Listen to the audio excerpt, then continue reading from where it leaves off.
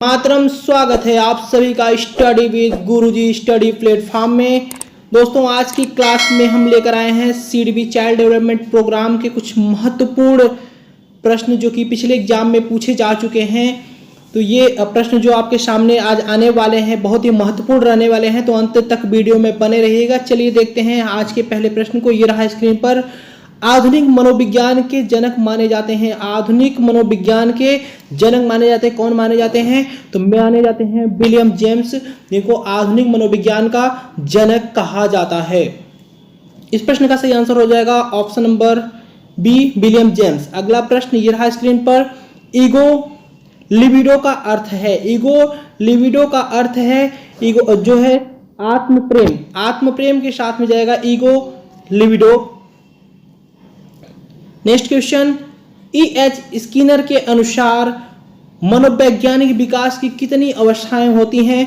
तो स्किनर महोदय के अनुसार जो मनोलैंगिक विकास की अवस्थाएं मनोलैंगिक विकास की अवस्थाएं पूछा गया है, तो वो अवस्थाएं होती हैं 8। ऑप्शन नंबर 1 इस प्रश्न का सही हो जाएगा। 8 अवस्थाएं होती हैं एरिक्सन महोदय के अनुसार। नेक्स्ट, शिक्षण विधियों तथा शिक्षण नीतियों में अंतर होता है। तो शिक्षण, अब ध्यान दीजिएगा, यहाँ पे पूछा गया है शिक्षण विधियों और शिक्षण नीतियों में अंतर होता है। तो अंतर होता है उद्देश्यों का अंतर होता है। अगला प्रश्न ये रहा स्क्रीन पर। सुपर ईगो का विकास किस मनोलैंगिक अवस्था में सबसे अधिक होता है? सुपर ईगो का विकास किस मनोलैंगिक अवस्था में सबसे अधिक होता है? तो होता है अव्यक्त अवस्था। दूसरा नंबर इस प्रश्न का सही हो जाएगा, अव्यक्त अवस्था। अगला प्रश्न। किस मनोवैज्ञानिक ने यह कहा कि चेतन मन के साथ अचेतन मन पर भी ध्यान देना चाहिए? किस मनोवैज्ञानिक ने कहा था कि चेतन मन के साथ में अचेतन मन पर भी ध्यान देना चाहिए? तो कहा था फ्रायड महोदय ने ऐसा कहा था। अगला प्रश्न। फ्रायड के अनुसार असामान्य व्यवहार का मौलिक कारण है। फ्रायड महोदय के अनुसार असामान्य व्यवहार का मौलिक कारण है। तो मौलिक कारण है आंशिक दमन। जो मौलिक कारण है आंशिक दमन है। इस प्रश्न का सही आंसर होगा आंशिक दमन। अगला प्रश्न। बाल केंद्रित शिक्षा की अवधारणा मनोविज्ञान के किस संप्रदाय ने दी है? मनोविज्ञान के किस संप्रदाय ने दी है? तो जिस संप्रदाय ने दी है उसे कहते हैं मनोविश्लेषणवाद ने। मनोविश्लेषणवाद ने जो दिया है बाल केंद्रित शिक्षा की अवधारणा। अगला प्रश्न। मनोविज्ञान आचरण एवं व्यवहार का यथार्थ विज्ञान है। मनोविज्ञान आचरण एवं व्यवहार का यथार्थ विज्ञान है। किसने कहा है? तो ये कहा है मैकडूगल महोदय ने कहा हुआ है। ऑप्शन नंबर 3 इस प्रश्न का सही हो जाएगा। अगला प्रश्न ये रहा स्क्रीन पर। शिक्षा के संकुचित अर्थ में शिक्षा प्रदान की जाती है। तो संकुचित अर्थ में शिक्षा कहां पर प्रदान की जाती है ऐसा पूछा जा रहा है।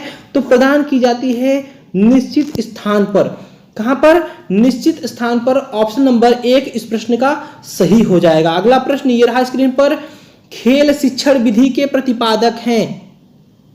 खेल शिक्षण विधि के प्रतिपादक हैं। तो खेल शिक्षण विधि के प्रतिपादक, दोस्तों अगर यहाँ पे आपको एक और नाम देखने को मिल जाता, हेनरी कोल्डवेल कुक। अगर हेनरी कोल्डवेल कुक मिल जाता या हेनरी कुक मिल जाता तो इस प्रश्न का सही आंसर हो जाता, क्योंकि हेनरी कोल्डवेल कुक जो है सर्वप्रथम उन्होंने इस पद्धति को दिया था।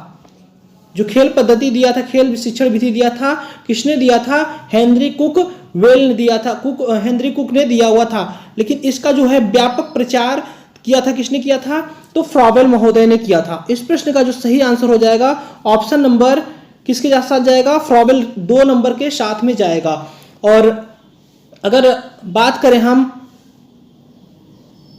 सुकरात की, अगर हम बात करें तो सुकरात ने समस्या समाधान विधि दिया था। सुकरात ने क्या दिया था? समस्या समाधान विधि सुकरात ने दिया था। समस्या समाधान विधि इन्होंने दिया था। फ्रॉबेल ने दिया था खेल शिक्षण विधि। और इनके शिक्षण विधि को किंडरगार्टन विधि भी कहते हैं। और किलपैट्रिक महोदय की अगर हम बात करें तो इनका पूरा नाम विलियम हेनरी किलपैट्रिक है, इन्होंने प्रोजेक्ट विधि दिया था। और सुकरात महोदय ने एक और विधि दिया था, प्रश्नोत्तर विधि, जिसे हम कहते हैं प्रश्नोत्तर विधि भी हम इसको कहते हैं। और अरस्तु महोदय की अगर हम बात करें तो अरस्तु महोदय ने दिया था आगमन विधि। आगमन शिक्षण विधि अरस्तु महोदय ने दिया था। और किलपैट्रिक महोदय ने प्रोजेक्ट विधि दिया था। सुकरात महोदय ने दिया था प्रश्नोत्तर विधि और समस्या समाधान विधि दिया था। फ्राबेल महोदय की बात करें तो खेल शिक्षण विधि, किंडरगार्टन विधि इनका है। और अगर खेल शिक्षण विधि में आपको मिल जाए हेनरी कोल्डवेल कुक, तो वो आपके आंसर वही होगा उस प्रश्न में। अगर फ्राबेल और कुक दिया हुआ है, दोनों हेनरी कुक और फ्राबेल दोनों दिया है, तो आप लोग हेनरी कुक के साथ में जाएंगे, क्योंकि सबसे पहले हेनरी कुक ने ही खेल शिक्षण विधि को दिया था। तो उम्मीद है आप यहां पे समझ गए होंगे। बढ़ते हैं अगले प्रश्न को देखते हैं। शिक्षक को ज्ञान होना चाहिए। शिक्षक को ज्ञान होना चाहिए। शिक्षक को क्या होना चाहिए? ज्ञान होना चाहिए। तो शिक्षक को ज्ञान जो होना चाहिए वह होना चाहिए अध्यापन विषय एवं बाल मनोविज्ञान का। अब यहाँ पे देखिए आपका दिया अध्यापन विषय का, बाल मनोविज्ञान का, शिक्षा संहिता का, लेकिन जो सही ज्ञान होना चाहिए किसका होना चाहिए? अध्यापन विषय एवं बाल मनोविज्ञान का। इस प्रश्न का सही आंसर हो जाएगा। अगला प्रश्न ये रहा, प्राथमिक कक्षा में बालकों के लिए शिक्षण की उपयुक्त विधि है। तो शिक्षण की उपयुक्त विधि की अगर हम बात करें तो प्रयास एवं भूल की किसने दिया था? थॉर्नडाइक महोदय ने दिया था। और अनुकरण विधि की अगर हम बात करें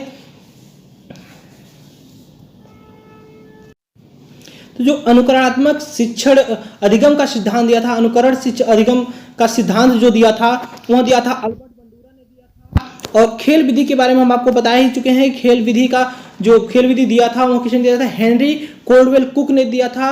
और उसका व्यापक प्रचार किया था फ्राबेल महोदय ने। तो दोनों जो होते हैं, फ्राबेल महोदय कभी आपसे पूछ लेता है, कभी हेनरी कुक का नाम दे करके पूछ लेता है। तो हेनरी कुक प्रथम, उसके बाद दूसरे नंबर पर आपके फ्राबेल महोदय आते हैं। तो इस प्रश्न का जो सही आंसर होगा वह जाएगा ऑप्शन नंबर डी के साथ में, खेल विधि। प्राथमिक कक्षा के बालकों के लिए शिक्षण की उपयुक्त विधि होती है खेल विधि। डाल्टन शिक्षण विधि का विकास किसने किया था? तो डाल्टन की अगर हम बात करें तो फ्राबेल को भी हम आपको बता चुके हैं कि किंडरगार्टन इन्होंने दिया हुआ, इन्होंने शिक्षण विधि दिया हुआ है। किलपैट्रिक की हम बात कर चुके हैं, इन्होंने प्रोजेक्ट विधि दिया हुआ है। और मिस हेलन पार्कहर्स्ट की अगर बात करें तो इन्होंने जो दिया है, इन्होंने डाल्टन विधि दिया हुआ है। तो इस प्रश्न का जो सही आंसर हो जाएगा वो ऑप्शन नंबर सी के साथ में जाएगा। अब यहाँ पे देखिए आपका डाल्टन नाम ही यहाँ पे दे दिया है आपको कंफ्यूज करने के लिए, यहाँ पे गलत करने के लिए, तो इस पे आप कंफ्यूज नहीं होइएगा। इस प्रश्न का सही आंसर हो जाएगा option number C, Miss Helen Parkhurst जो होंगे डाल्टन शिक्षण विधि का विकास इन्होंने ही किया था। नेक्स्ट क्वेश्चन, आधुनिक शिक्षण अधिगम प्रक्रिया में शिक्षक की भूमिका होती है। आधुनिक शिक्षण अधिगम प्रक्रिया में ध्यान दीजिएगा, आधुनिक शिक्षण अधिगम में जो होती है शिक्षक की भूमिका किस प्रकार होती है? सीखने हेतु एक अच्छे सुलभकर्ता की, बच्चों को सिखाने के लिए क्या होता है? एक सुलभकर्ता का इनका रोल होता है। जो होते हैं शिक्षक क्या होते हैं? एक सुलभकर्ता होते हैं, न कि ज्ञान के भंडार, बल्कि इनको क्या माना गया है? एक सुलभकर्ता के रूप में माना गया है। तो इस प्रश्न का जो सही आंसर हो जाएगा ऑप्शन नंबर 1 के साथ में जाएगा। तो दोस्तों अगर वीडियो पसंद आई है तो वीडियो को लाइक कर दीजिएगा और दोस्तों के साथ जरूर शेयर करिएगा। और अगर अभी तक चैनल को सब्सक्राइब नहीं किया है तो चैनल को सब्सक्राइब कर लीजिए, क्योंकि हम आप सभी के लिए लेकर आते हैं शिक्षण एजुकेशन, यानी शिक्षक बनने के लिए जिस भी एजुकेशन की आप तैयारी कर रहे हैं, जिस भी परीक्षा की आप तैयारी कर रहे हैं, वो सभी हम आपको प्रोवाइड करते हैं, वो भी निःशुल्क, कोई पेड क्लास नहीं है हमारे यहाँ। और आपको साथ ही साथ टेलीग्राम पर हम आपको नोट्स भी प्रोवाइड कराते हैं। तो आप सभी लोग चैनल को सब्सक्राइब कर लीजिएगा और दोस्तों के साथ जरूर शेयर करिएगा, जिससे कि उन दोस्तों को भी इन प्रश्नों की जानकारी हो सके, वो भी परीक्षा में बैठे तो इन प्रश्नों को सॉल्व कर सके, इन प्रश्नों का उत्तर दे सकें। तो आज की क्लास को हम यहीं पर रोकेंगे। इससे पहले एक मैसेज आप सभी को देंगे कि प्रतिदिन शाम 7:30 बजे आप सभी लोग स्टडी विद गुरुजी के साथ बने रहिए, प्रतिदिन शाम 7:30 बजे। तो आज की क्लास को बस यहीं पर रोकते हैं। Thank you so much video में बने रहने के लिए। जय हिंद, जय भारत।